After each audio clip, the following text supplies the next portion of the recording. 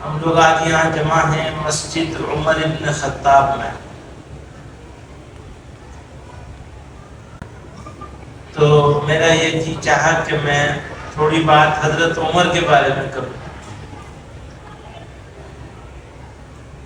حضرت سید عطا اللہ شاہ بخاری رحمۃ اللہ علیہ سے کسی نے پوچھا تھا کہ حضرت عمر میں اور دوسرے صحابہ میں کیا فرق ہے؟ کہا دوسرے صحابہ مرید تھے، عمر مراد تھے.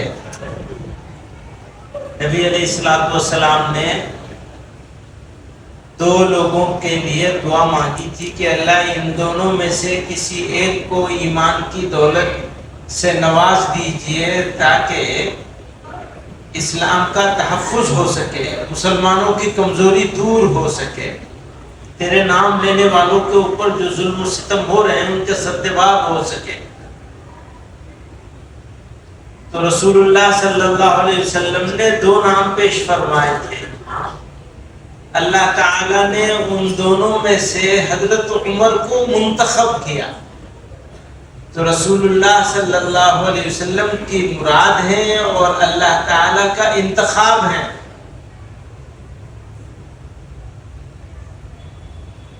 ساری دنیا میں ایک آدمی کا نام چلتا ہے جب اس بات کا تذکرہ ہوتا ہے کہ سب سے بڑی حکومت کس نے چلائی، تو لوگ کہتے ہیں سکندر اعظم کو. سکندر اعظم کو سب سے بڑا حکمران مانا جاتا ہے. آپ کو معلوم ہے اس کے پاس کتنے لاکھ میل پر حکومت تھی اس کی؟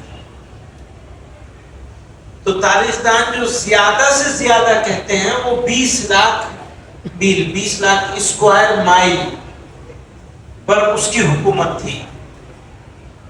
بیک گراؤنڈ کیا تھا؟ وہ خاندانی بادشاہ تھا. بچپن سے اس کو بادشاہت کے طریقے سکھائے گئے تھے، لڑائی کے فنون سکھائے گئے تھے، اور اس کے اندر قابلیت دنیا کے قابل ترین اساتذہ کے ذریعے سے اس کی تربیت ہوئی تھی، جنگ کی تربیت. حضرت عمر رضی اللہ تعالیٰ عنہ کو اس کے مقابلے میں آپ دیکھیں تو کہتے ہیں ہم تو بکریاں چرایا کرتے تھے. بکری چرانے والے تھے، نبی علیہ الصلوۃ والسلام کی غلامی میں آئے تو دنیا کی حکومت ملی، 22 لاکھ اسکوائر میل. اور غیر مسلموں نے جب حقیقت پر مبنی کہیں تبصرہ ملتا ہے انصاف پسند غیر مسلموں کا، اس میں گاندھی بھی ہے، تو کہتے ہیں تاریخ عالم میں ہم نے ایسا بادشاہ نہیں دیکھا جیسے حضرت عمر تھے. انہوں نے اپنا آپ کو بادشاہ سمجھا ہی نہیں، وہ تو خادم سمجھتے تھے اپنے آپ کو. اس فکر میں نیند نہیں آتی تھی کہ کوئی شیر ظلم کر کے کسی بکری کو نہ کھا جائے. انسانوں کی بات چھوڑیے، جانوروں کے بارے میں فکر کیجیے. اور منظم کام. اب ذرا سا آپ لوگوں سے آج کے احوال سے میں اس کو جوڑنا چاہوں گا. کام کو منظم کرنے میں پوری دنیا میں نہ ان سے پہلے کوئی آدمی آیا نہ ان کے بعد آج تک کوئی آیا. جو ڈیفنس سسٹم ہے جو حضرت عمر نے بنایا، دنیا آج تک اس کو فالو کر رہی ہے. ڈیفنس سسٹم کھڑا کیا جو پوسٹل سسٹم، ڈاک کا سسٹم جو انہوں نے کھڑا کیا، عدل اور انصاف کا جو نظام انہوں نے قائم کیا، عجیب. یعنی میں یہ کہتا ہوں جو لوگ بھی کام، یہاں کیونکہ علماء کا ایک اچھا خاصا مجمع ہے، جو لوگ کام کرنا چاہتے ہیں، جو لوگ نسلوں کو بچانا چاہتے ہیں، جو لوگ ایمان کو تحفظ کرنا چاہتے ہیں، مسلمانوں کی عزت اور آبرو کو بچانا چاہتے ہیں ملت اسلامیہ کی، وہ ان کو حضرت عمر بن خطاب کی تاریخ سیرت ضرور مطالعہ کرنی چاہیے.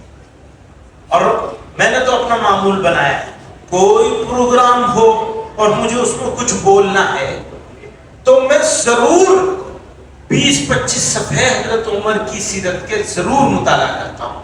اور اکثر ایسا ہوتا ہے اسی میں سے کام کی باتیں نکلتی ہیں، رہنمائی ملتی ہے، سوچنے کا راستہ یعنی جو علماء ہیں، کام کرنے والے لوگ ہیں، چاہے وہ مکتب کا کام کر رہے ہوں، یہ بھی یاد رکھیے گا مکتب کا کام چھوٹا کام نہیں ہے. لوگ کیا سمجھتے ہیں بڑا مدرسہ ہو، شیخ الحدیث ہو تو بڑا کام ہے. ہاں وہ بہت بڑا کام ہے، لیکن مکتب کا کام اس سے بھی زیادہ بڑا ہے. یعنی ہم اس کام کو چھوٹا نہیں بتا رہے ہیں، حدیث پڑھانے کے کام بہت بڑا کام ہے ماشاءاللہ، لیکن مکتب کا کام یقیناً اس سے بڑا. مکتب نہیں ہوگا تو حدیث پڑھانے والے کو حدیث پڑھانے کا موقع کہاں سے ملے گا؟ تو بنیاد کون بنا رہا ہے؟ اس بلڈنگ میں جس میں ہم بیٹھے ہیں مسجد میں، اگر اس کی بنیاد نہ ہوتی تو یہ اتنی بڑی شاندار مسجد یہاں موجود ہوتی.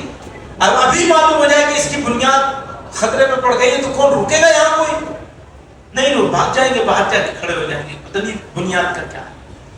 بنیاد کا کام مکتب والے کرتے ہیں. یہ میں حضرت عمر کے بارے میں، حضرت عمر ابن خطاب کے بارے میں تھوڑا سا بیچ میں مکتب کی بات آ گئی. مکتب کی بات اس لیے آئی کہ کام کرنے والے لوگوں کے لیے سب سے بڑا کام بچوں کو دین کی تعلیم دینا ہے. وہ والی تعلیم جو فرض عین ہے. فرض عین تو سمجھتے ہیں، میں سب لوگوں سے سمجھنا چاہتا ہوں. فرض عین سمجھتے ہیں آپ؟ ایک فرض ہوتا ہے فرض کفایہ، کچھ لوگوں نے کر لیا ہو گیا کام.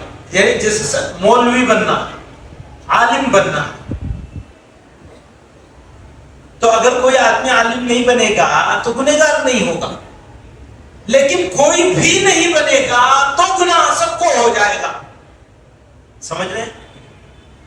سماج میں سے، ملت میں سے کچھ لوگ اگر عالم بن گئے تو سب لوگوں کے اوپر سے گناہ ہٹ گیا. کوئی عالم نہیں بنے تو سارے لوگ گنہگار ہوں گے. یہ ہے فرض کفایہ. کچھ لوگوں کے کرنے سے وہ فرض ادا ہو جاتا ہے. دوسرا ہے فرض عین، وہ سب کو کرنا پڑے گا. تو عالم بننا سب کے لیے ضروری نہیں، لیکن تھوڑا دین سیکھنا سب کے لیے ضروری.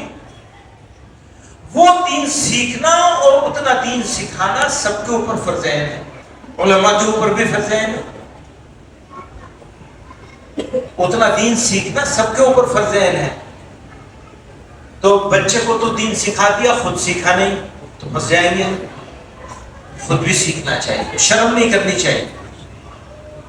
آج کل تو فیشن ہو گیا ہے اور ضرورت بھی بن گیا.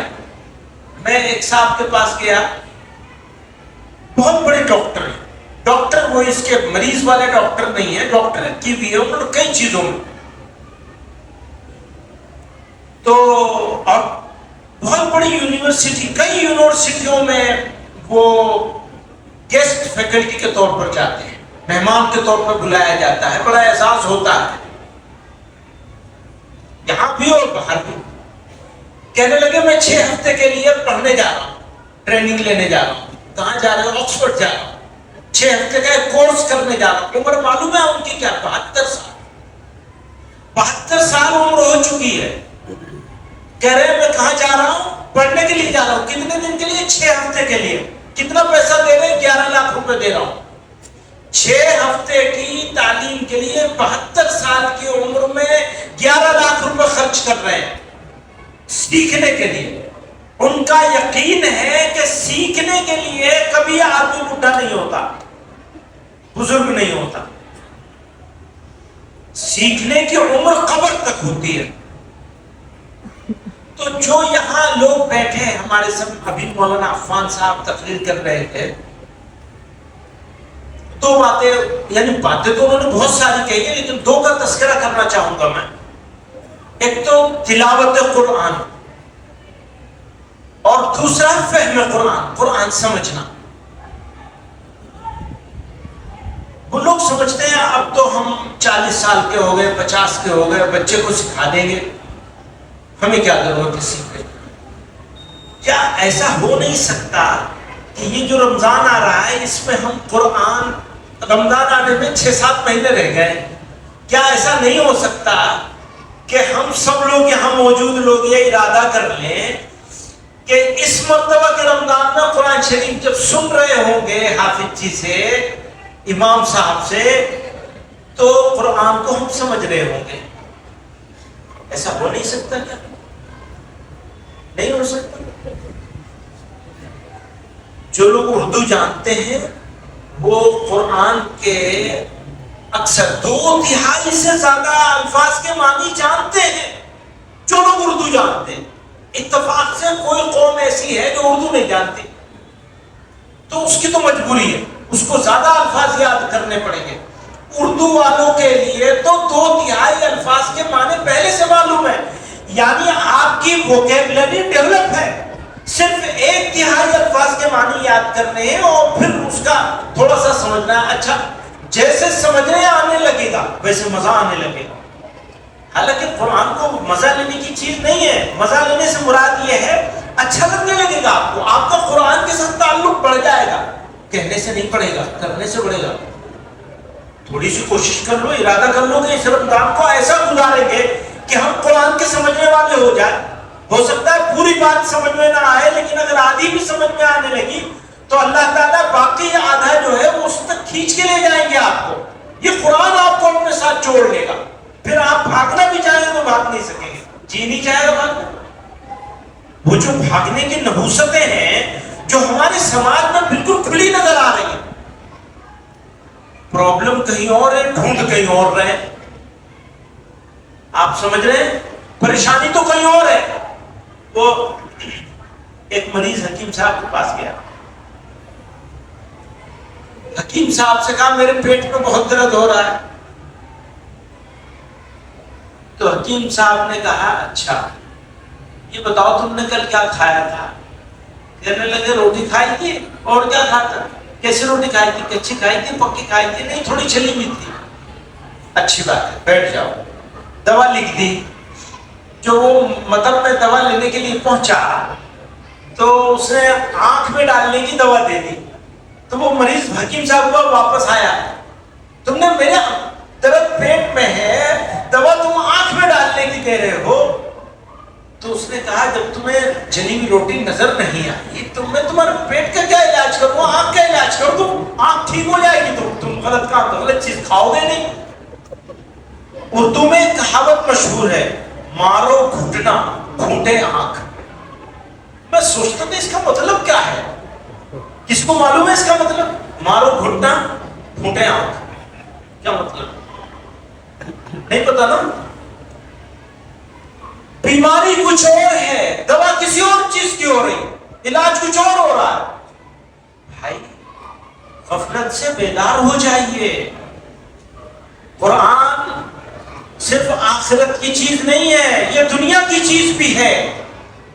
آپ کی آخرت تبھی سدھرے گی جب آپ کی دنیا سدھرے گی، اور آپ کی دنیا تبھی سدھرے گی جب آپ قرآن پر عمل کرنے والے ہو جائیں گے. میں ان سب کے لیے، بچوں کے لیے چاہتا ہوں آپ لوگ بھی دعا کریں، ہم بھی دعا کریں. اللہ آپ نے انہیں حافظ بنا دیا، اللہ آپ ان کو عامل قرآن بھی بنا دیجیے، قرآن کا عمل کرنے والا بنا دیجیے. منزل پوری نہیں ہوئی ہے، سفر کی شروعات ہے. یہ حافظ ہوئے ہیں، عامل نہیں ہوئے. جب عامل ہو جائیں گے تو یہ پورے حافظ ہو جائیں گے. سمجھو، یعنی قرآن پر عمل کرنے والے ہو جائیں. پرابلم کہاں ہے؟ قرآن کے چھوڑ دینے میں ہے. جتنی پرابلم ہے، جتنی بے حسی ہے، سب سے بڑی مشکل ہماری ہے کہ ہم بے حس ہو گئے. ہو گئے نہیں ہو گئے؟ حس ہے ہمارے پاس. کون سی دوا ہے جو کھانے سے ہمارے اندر حس ہو جائے گی، ہم باشعور قوم ہو جائیں گے، ہمارے اندر ہم حساس دل والے ہو جائیں گے؟ ہے کوئی دوا اس کی؟ قرآن. آپ کو قرآن دنیا میں بھی عزت دے گا، آخرت میں بھی عزت دے گا. بس قرآن